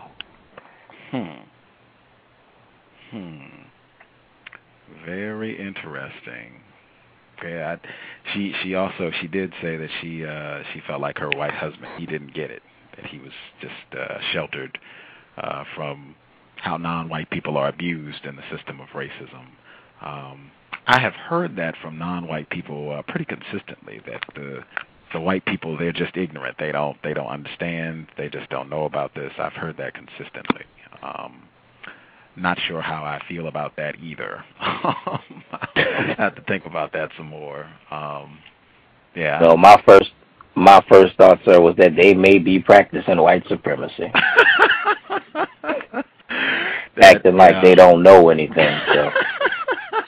I don't know, Oh, this is new to me. I didn't grow up this way. Oh, this is what you deal with? I mean, they have to know. They all have to know. The evidence tends to suggest that, sadly, that's a very sobering thought. I know it was for me as a non-white person to realize that white people are most likely very informed about what it means to be white and what it means to be in a system of white supremacy. Very sobering. Pretty sad thought, actually, but, another day on the plantation. I agree. And real quick, I'm sorry, Gus, because I have to take off and listen to the rest of the broadcast. Just real quick on the show you did with Mr. Bell. The reason why I asked the question that I asked Mr. Bell on that show was because Mr. Fuller and I have had conversations about who chooses who, and he has always said that you don't make that choice. When it comes to having a sexual relationship with a white person, they are always choosing you. And so that's a question that I have been asking non-white people consistently. And so far, 100% of the time, I'm always getting something along the lines of the white person being, very aggressive or making it very obvious that they were interested in that person sexually. Wow. But I will take the rest. I'll have to mute my phone. I'll take the rest offline. Thank you for calling in, sharing your views, sir. Always a pleasure to hear from you. Hope the plantation is not too tough down there in California on you. Mr. Nero, he had emailed me as well about a Feast for All Saints. I told you quite a few folks have sent films and things that they would like me to check out. I have not been able to check out Feast for All Saints as of yet. I did investigate it, so I know a little bit more about the film. I saw Jennifer Beals is in that film, I believe. She's a non-white person with a white parent. Could be incorrect, but thought that was very interesting. I think she's been in at least one other. Oh, she was in Devil in the Blue Dress. Her name has a lot more ring for me now because I keep seeing her name. It's on Biracial Tiffany's blog, and she's coming on the program, so I've been doing research for that show. And Lauren Ashley, a.k.a. Tater Pie, she just did a counter-racist review of Devil in the Blue Dress, so I keep seeing Jennifer Beals' name. But, yeah, she's in Feast for All Saints. That looks like it's probably full of racism, white supremacy. I hope to be able to check it out soon and share a thought or two. I believe it's actually a mini-series, not a movie. But, yeah, hopefully I'll be able to view it in its entirety and share a thought on an upcoming broadcast. I know Lauren Ashley called in. Miss Ashley, or any of the other folks that called in, if you have questions or comments, feel free to join in as well. I think Love, Truth, and Liberation down in Atlanta also called the program. Anybody willing to, or anything you'd like to share? Nope. Hello? Yes, we heard one no. Oh, yeah. No, I don't have anything to say. Groovy. Do you want to give the web address for the latest counter-racist blog? Yeah, it's MELLAMO haterpie.blogspot.com. It's Yamo haterpie.blogspot.com. Groovy. Have you is the review that you did for Mandinga, is it online yet or no? Well, it's more like notes. I don't want to call them reviews. They're more like notes that I've seen. Okay. For me, reviews kind of reveal the movie. I just reveal the stuff that I've seen. I don't really tell the whole plot and stuff like that. That makes any sense? Yes, ma'am. So, yeah, it's more like notes. But, yeah, Mandinga's up there. Outstanding. Read Mandinga, her notes, rather. I read her notes on Mandinga. I still have not seen the film, but very interesting. Lots of cowbell rings there. Ding, ding, ding, all over the place. That was recommendation from Back of the Bus. Anybody, if you're interested in checking it out, if you go and check out Miss Ashley's notes on Mandinga, it is the film. The entire film is on YouTube, so you can just go there and watch the whole thing. I think there are commercials. Are there commercials when you watch it? Yeah, there was commercials.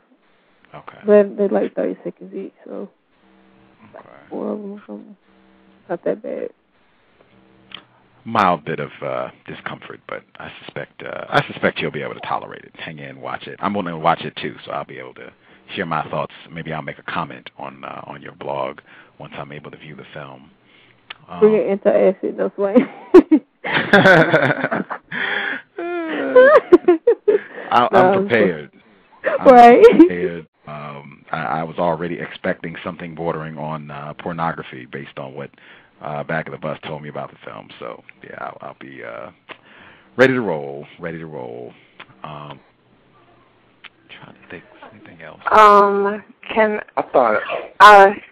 Hey, Ashley, Miss Ashley, I saw your blog, and I followed the link to Mandinga, so I watched it too. I thought they were pretty good notes, and yeah, it's very porn-like. It's pretty out there. Yeah, it's I don't see how that turn anyone on. I mean, that's rape. But yeah, that's yeah. Oh man, that's just sick. Someone's like, oh, get their eyes off of that. That's just crazy. This is the world we live in. But thank you though. Thank you for reading my notes. Sure. Yeah, no problem. I have a quick question. Was it this is off a different topic. Was it Lisa Marie Rollins that was talking about the removal of children from removal of non-white children from various parts of the world? Yes. Yeah, okay. I thought I was going to highlight the what I think are terms that help to reveal the truth, and that was one of them, removal versus adoption. And then I think Robert Allen, he said non-white people, or I guess so-called liberals or Democrats or something, white people on that side were saying desegregation, but the Republicans or the other side, racists, were saying dispersal. And then I heard the guest today, Dr. Kim, say, like the raindrops in the ocean. Thought that was interesting. An interesting way to look at non-white people moving amongst races, or being non-white people thinking that they're getting something accomplished when all the while it's the racist plan to raindrops in the water, or disperse them to kind of nullify some of their abilities to organize and get things done. And then on today's show, I just thought it was interesting. I try to highlight to victims just the proximity to racists and how that can be an issue if you're trying to counter racism, at least to get your mind correct on how to view white people particularly. And when she mentioned that, if you with a white person, you pretty much just a stone's throw away from a racist. And I guess one of her solutions that she said was self-segregation. Just wanted to point that out. Thought that was interesting.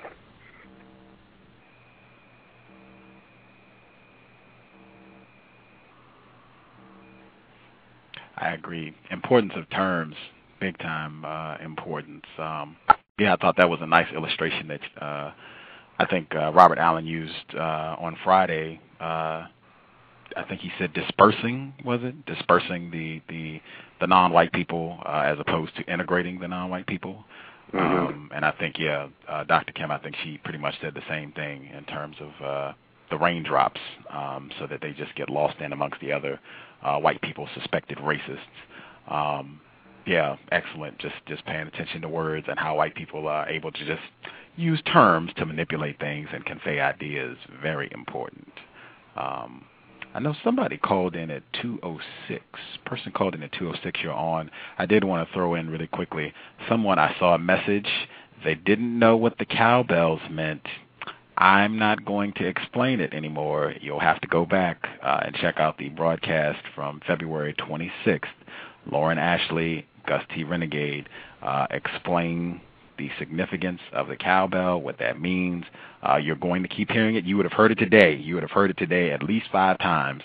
I just wasn't in front of my computer for the broadcast, but if I had been, you would have heard it at least 5 times. So go back and listen to that program, and you will get a clear understanding of what the significance of the cowbell is. And it was reported the cowbell rung 39 times during the Kamau Bell program. That was the report that I got from a listener. She said she counted 39. 206, are you there? Yes, this is Tired. I kind of tuned in late, so I would have to go back and listen, but just listening in. Right on. Appreciate the efforts. Thank you for supporting the program. Dr. Kim, she had interesting things to share. She talked about how non-white people, non-black non-white people, are used as buffers in the system of white supremacy, and she actually gave a pretty solid analysis of how that has played out historically, how white people have moved non-white people around the globe to different areas to further the system of white supremacy and to put that cushion between them and the other non-white people. I thought that was pretty interesting. Yes.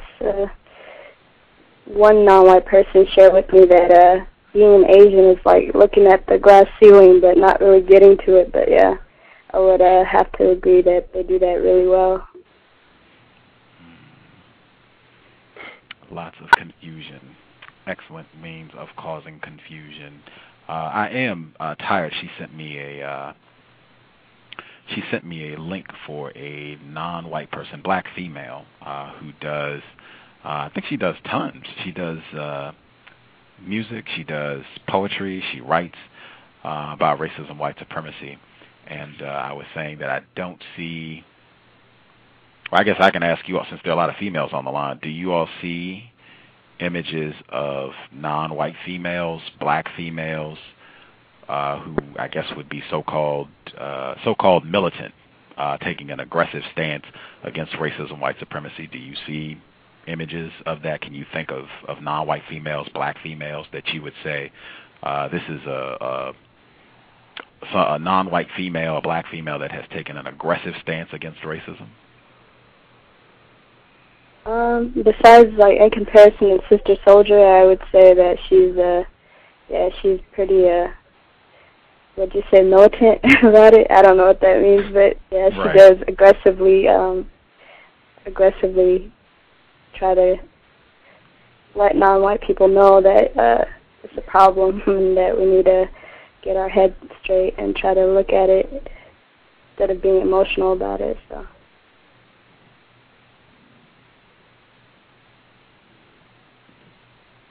Does that answer the question? I don't know.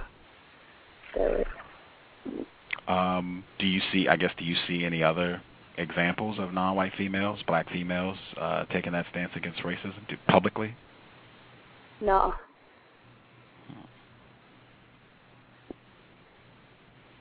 I don't see nearly as many, but and I hope I'm not repeating you. I'm thinking of Assata Shakur. That isn't what you just said, is it? You said Sasha? Assata Shakur, Tupac's mom. Okay.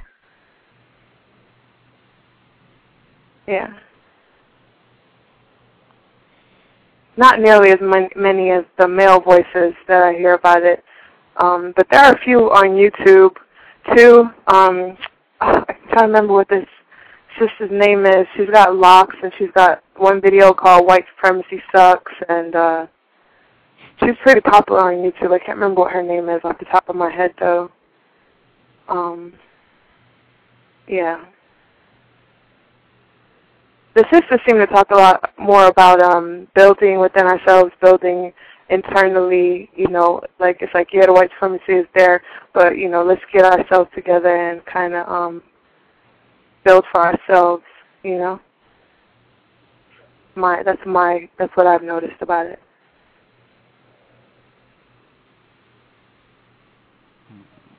Yeah, I would have to check that out. I haven't seen that one. Hello?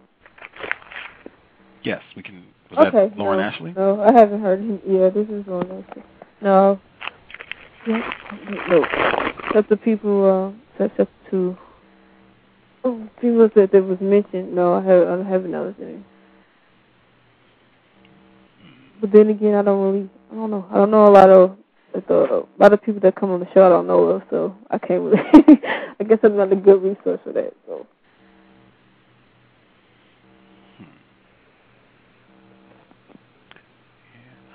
Yeah, I don't tend to. It's been my experience that people are not as familiar with non-white females, black females who've attempted to replace white supremacy with justice. Whether they're alive now or not, they tend not to know of as many. So yeah, I think it would be constructive to show more non-white females who are making an effort to counter racism. I think that would be constructive. I think Cree has spoken about that before. And non-white females not being taken seriously when they attempt to counter racism. So I think that's constructive. We'll see if we can get that program together. I guess one thing before, got like 5 minutes left. One thing I did want to share, and you all can share your thoughts as well. One thing I did want to share, it's been, as I've been doing more research for other programs, it's just becoming more and more apparent the idea of race tends to cause a lot of confusion for non-white people, and I think the number of programs we've done thus far, I think it has come up pretty consistently that there is no such thing as race, that the entire concept was created by racist white supremacists to carry out the enterprise of white supremacy. If there is no such thing as race, that would mean that there is no such thing as an African race, an Asian race, or a white race. That's what that would mean, and I don't think people connect the dots on that. I could be incorrect. I certainly always make sure to announce that. I could be incorrect, but if there's no such thing as race, that would have to mean that, there's no such thing as Asian people, there's no such thing as African people, there's no such thing as white people. That's what that would have to translate into being. I hope people will think about that. I see that it's just causing a lot of confusion and just time wasted on non-white people and really trying to hold on to these concepts and treat them as though they mean something and not just mean something but are crucial to how they view themselves and the world. And I think that just perpetuates the idea of racism, white supremacy, because that's what the entire concept of race boils down to: racism, white supremacy. Hopefully we will be able to address that as we go on the cows. Anybody else on the phone? Do you have any views, questions, comments you would like to share before I get ready to wrap up today's program? It doesn't have to be related to what I just said. If you have anything you'd like to share.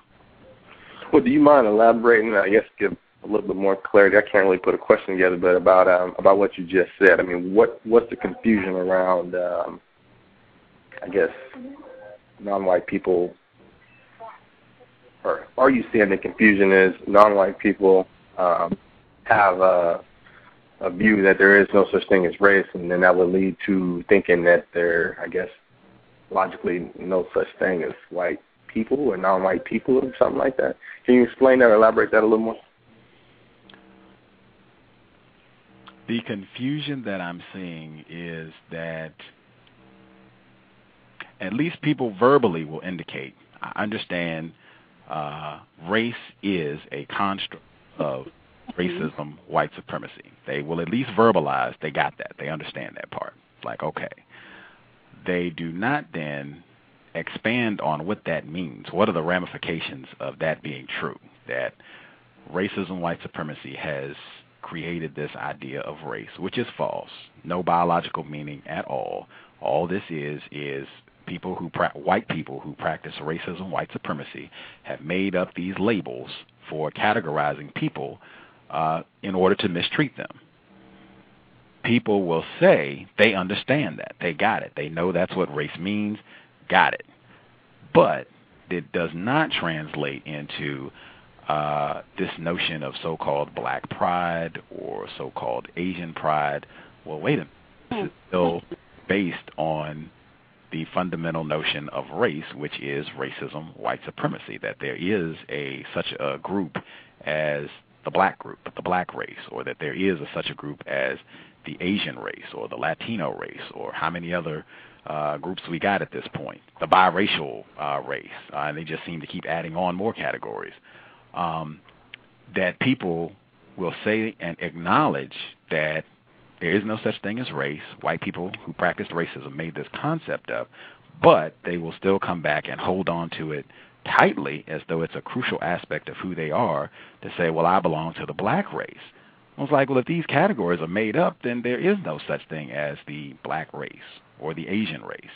And I just don't see people making the connection where they're putting that down and saying, there is no such thing as race. I'm not a member of a race. I am a victim of racism, white supremacy. I don't see that coming forth in the way that non-white people understand racism. I could be wrong. As I said many programs ago, I have confusion about racial classifications, but I don't think I'm confused about that. I think that's just logic right there. If there is no such thing as race, it's a concept made up to carry out racism, white supremacy, then that means there can't be such a thing as a African race, an Asian race, so on and so forth. That's just logic to me. I could be incorrect, but I don't think so. But what I'm saying is that's the confusion that I see. People not connecting the two and saying, okay, there wouldn't be such a thing as black pride or Asian pride. Like, all of that is just furthering the concept of race, which is indirectly or directly furthering the concept of racism, white supremacy, because it's reinforcing that these groups mean something, and they don't, other than what the racist white supremacists have set them up to be. Does that make sense? Does that add any clarity to it, or am I just talking crazy? I think that...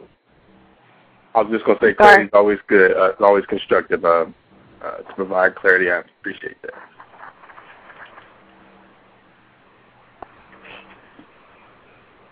Okay. I think that if you're correct in saying that, then that might make sense for why the quote-unquote African race isn't able to put down their tribalism and get together to counter white supremacy, and why the quote-unquote Native American race can't put down their tribalism here in America to unify and overthrow white supremacy. Because that concept didn't originate within those groups of people.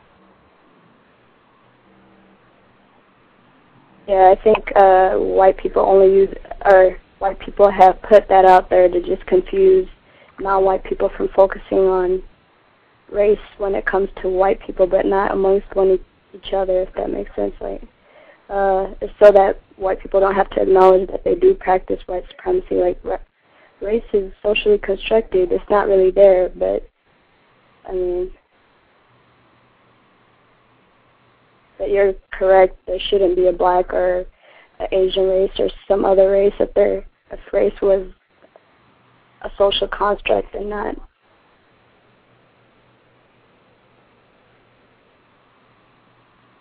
Yeah, I'm done. I feel that. That makes sense. I'm tired too. You can't be tired victim today. I'm tired victim today. You'll have to be, I don't know, fatigued victim, something other than tired. I'm tired victim today. Okay. I brought this up, and I want to make a whole program about this at some point, because this will be my last share. If anybody else, if they want to share, what have you, I'll just hang out and just wait for you all to finish. But I was with a non-black, non-white male towards the end of last week, and he was seeing different people, and he saw some non-black, non-white people who are in his same so-called ethnic group. And he said, I love seeing these people. When I see them, it's like I see myself, and they're great. And he would give a thumbs up to some of these folks as they passed by and say, you're great because you're a member of this so-called racial group. You're great, thumbs up. You're great. Our group is great, thumbs up, thumbs up. And he was just like, yeah, when I see them, I see myself.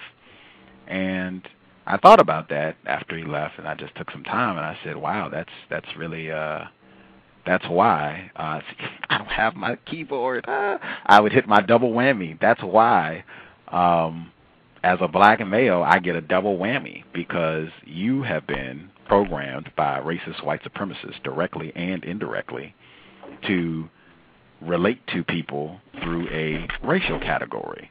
I'm not a member of your racial category, so your group is not trained to see themselves when they see me. They're trained to see double whammy. Black male, get away. He's going to rob me. He's going to rape me. He's going to rob and rape me. He's going to rob, rape, and kill me. Get away. Don't marry my daughter. Don't look at us. Don't come in our store. That's why black males get a double whammy.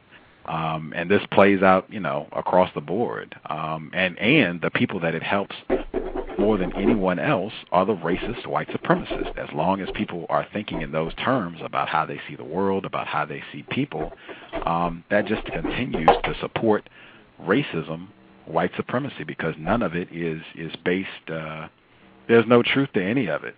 There's no truth to any of it. I mean, if you want to have an interesting conversation, anybody that tells you that there's such a thing as an African race or an Asian race, you just ask them to give you the criterion for an African race and see what happens. You've seen this happen on this program a few times where folks have been asked to explain that, and I don't think anyone has done an adequate job, at least not to my satisfaction on this program. And I can even tell you some of the stuff that you're going to hear. Ancestors to Africa, that doesn't make any sense. I've already explained why.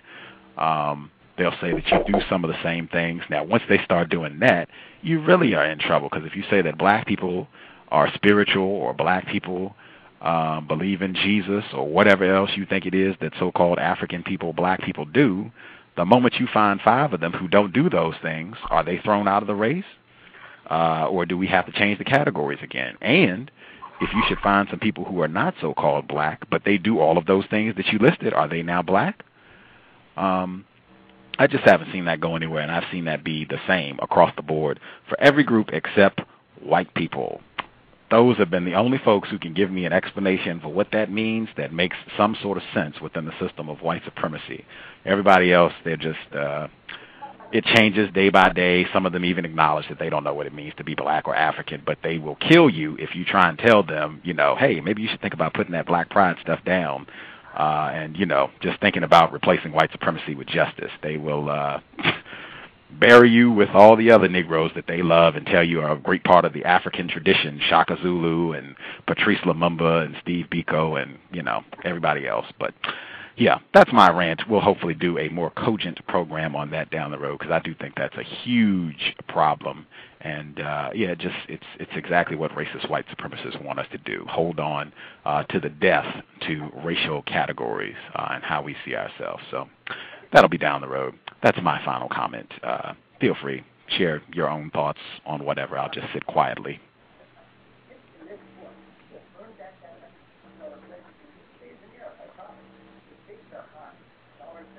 I'm looking forward to that program. Me too. Yeah, I'm looking forward to it. I probably have more to say. But yeah.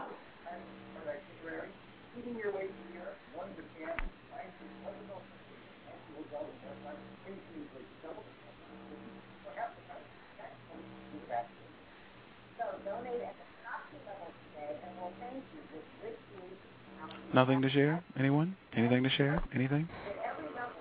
Well, I could give you a story. I'm still on, but it's a pitiful situation that we have. Like, we're so prideful, but for what? Like, there's these categories that they made up and give it to us, and we hold on to them so tightly, and even make other categories that further separate non-white people. So I don't really. I'm also looking forward to the program.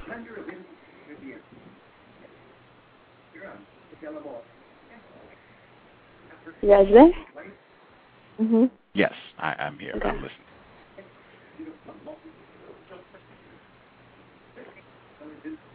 Sorry about the TV. It's a distraction.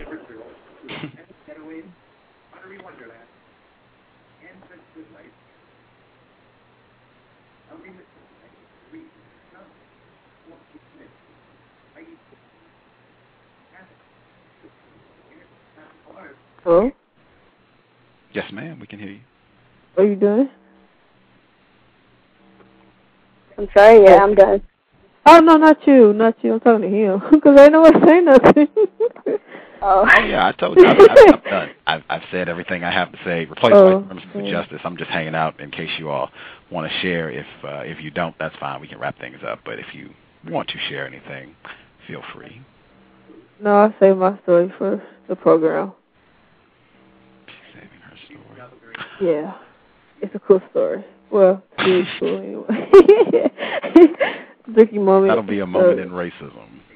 Well, no, well, I mean, I was born into it, so every moment is a moment of racism, but, no, not really. It's just something to reflect how I grew up, that's all. I'll wait, though. I won't save it.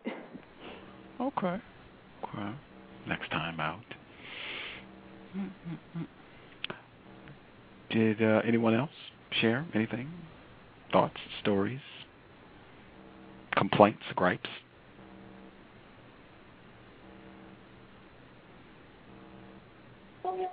Replace white supremacy with justice. Hear, hear. Hear, hear. All righty. Well, as I am taking over the title of Tired Victim of Racism for the day, I'm going to be tired on a different spot in the plantation. Again, we'll be back on Tuesday, 9 p.m. Eastern, 8 p.m. Central, 6 p.m. Pacific. Dr. Ashante, author of Psychotechnology of Brainwashing. Should be very interesting. I'm looking forward to the broadcast this Tuesday, March 9th.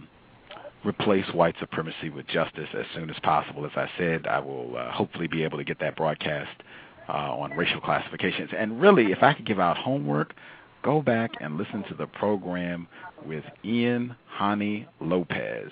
That's what that show was all about. Racial classification confusion.